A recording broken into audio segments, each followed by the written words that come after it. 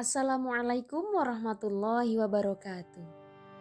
Alhamdulillah, alhamdulillahirabbil alamin, wassalatu wassalamu ala asyrofil anbiya'i wal mursalin, sayyidina wa maulana Muhammadin sallallahu alaihi wasallam.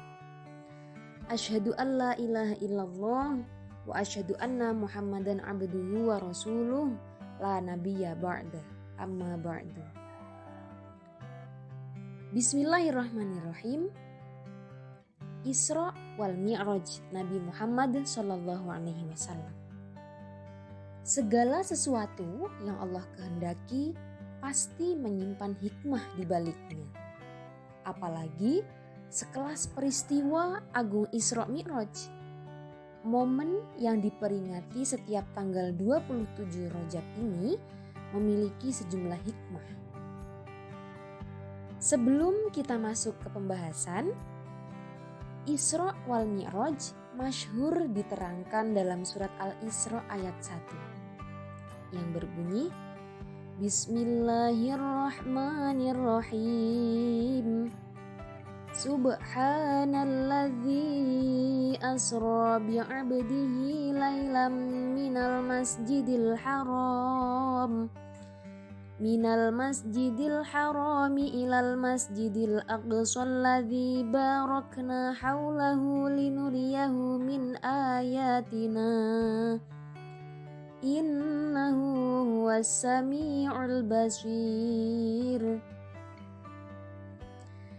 Di dalam surat Al-Isra ayat 1 bisa diambil arti bahwa Isra adalah perjalanan Nabi Muhammad Sallallahu Alaihi Wasallam dari Masjidil Haram hingga Masjidil Aqsa.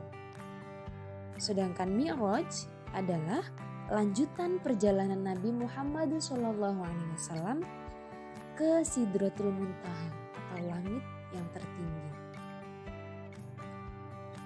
Bismillahirrahmanirrahim. Tausiah pagi ini akan kami jelaskan 8 hikmah di balik peristiwa Isra wal Mi'raj Nabi Muhammad SAW. Yang pertama adalah tingginya derajat kehambaan. Dalam surat Al-Isra, yaitu yang tertera dalam ayat 1 yang mengisahkan peristiwa Isra Mi'raj, kata yang digunakan untuk menyebut Nabi Muhammad SAW adalah abdun, yang berarti hamba. Ini menunjukkan hamba yang benar-benar bertakwa kepada Allah mendapat derajat begitu luhur di sisinya. Kedua, pembekalan dakwah yang tangguh. Sebelum peristiwa Isra Mi'raj, orang-orang yang Nabi cintai dan mendukung misi dakwahnya sepenuh hati silih berganti meninggal dunia. Di sisi lain, penindasan kaum Quraisy semakin hebat. Ujian bertubi-tubi yang Allah lakukan ini agar Nabi benar-benar tangguh dalam berdakwah. Ketiga, menyampaikan kebenaran meskipun pahit. Begitu pagi setelah malam Isra Mi'raj, Nabi mengabarkan apa yang baru dialaminya ke penduduk Makkah. Praktis, banyak orang yang tidak percaya dengan kabar tidak masuk akal ini. Ini menunjukkan bahwa kebenaran harus tetap disampaikan, meskipun banyak mendapat penolakan.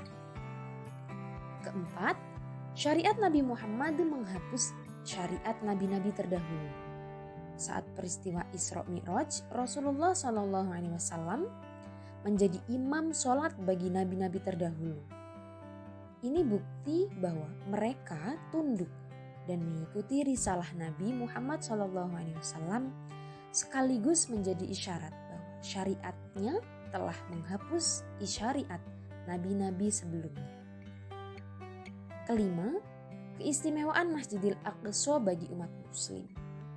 Dalam perjalanan Isra, masjid yang berada di Palestina itu menjadi tempat tujuan Nabi sebelum akhirnya bertolak ke Sidratul Muntaha. Ini merupakan indikasi betapa mulianya masjid tersebut. Bahkan, masjid ini pernah menjadi kiblat sholat sebelum akhirnya berganti Ka'bah. Pahala sholat di Masjidil Aqsa yaitu 500 kali lipat dibanding masjid biasa. Keenam, Islam merupakan agama yang suci. Ketika Nabi Muhammad SAW diberi pilihan antara air susu dan khamr saat Mi'raj, Nabi lebih memilih susu. Kemudian malaikat Jibril alaihissalam berkata, "Engkau telah diberi hadiah kesucian."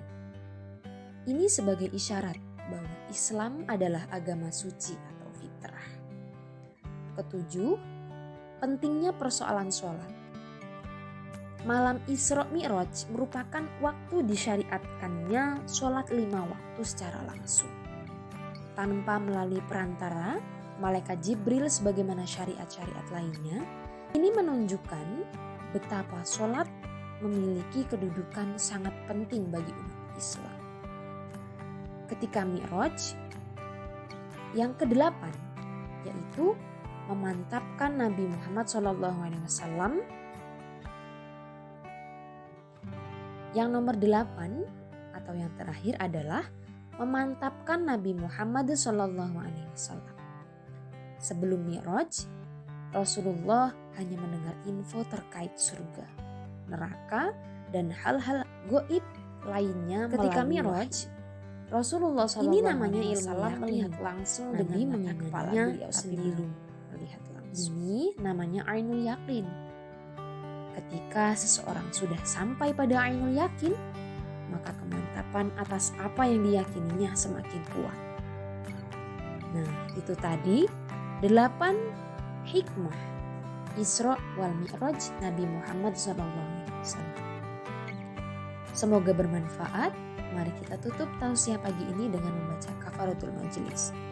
Bismillahirrahmanirrahim. Subhanakallahumma wabihamdihi asyhadu an la ilaha illa anta astaghfiruka wa atubu ilaik. Umi akhiri, wallahul muwafiq ila aqwamit thoriq.